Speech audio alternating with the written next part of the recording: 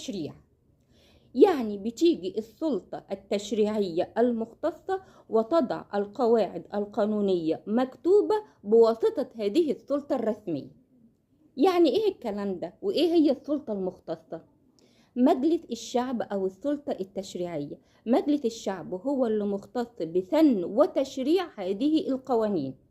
يعني أول حاجة، أول مصدر من مصادر القانون التشريع أو السلطة التشريعية أو السلطة الرسمية التي تختص بكتابة وتدوين القوانين الرسمية. يجي مجلس الشعب هيقرر نظام الثانوية العامة، هيطرحوه للمناقشة ويناقشوه، وطول ما ياخدوا الموافقة يكتبوه ويدونوه وأصبح قانون مشرع. يبقى دي أول حاجة من مصادر القانون التشريع. تاني مصدر من مصادر القانون العرف. ايه هو العرف؟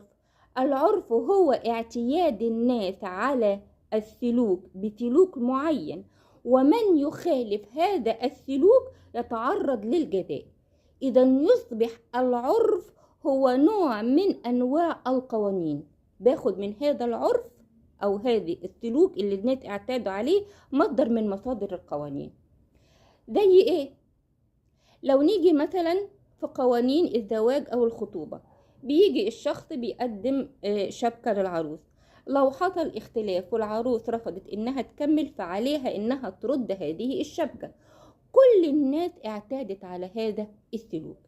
لو جت العروس رفضت استرداد الشبكة، على إنها ترجع الشبكة يعني، بيقوم بهذا الشأن العريس إنه بيتقدم برفع قضية أو وبتعمل جلسات وبيجادة اللي يخالف هذا القانون. يبقى تاني مصدر من مصادر القانون اللي هو العرف، السلوك الذي اعتاد الناس عليه أن يمارسوه. ثالث مصدر من مصادر القانون هو مبادئ الشريعة الإسلامية. المبادئ اللي هي المذاهب الفقهية الأربعة، ومن هذه المذاهب الأربعة بنأخذ مصدر للقانون، بنستمد منها القوانين، وهذه القوانين بتطبق على جميع فئات المجتمع بكافة طوائفه.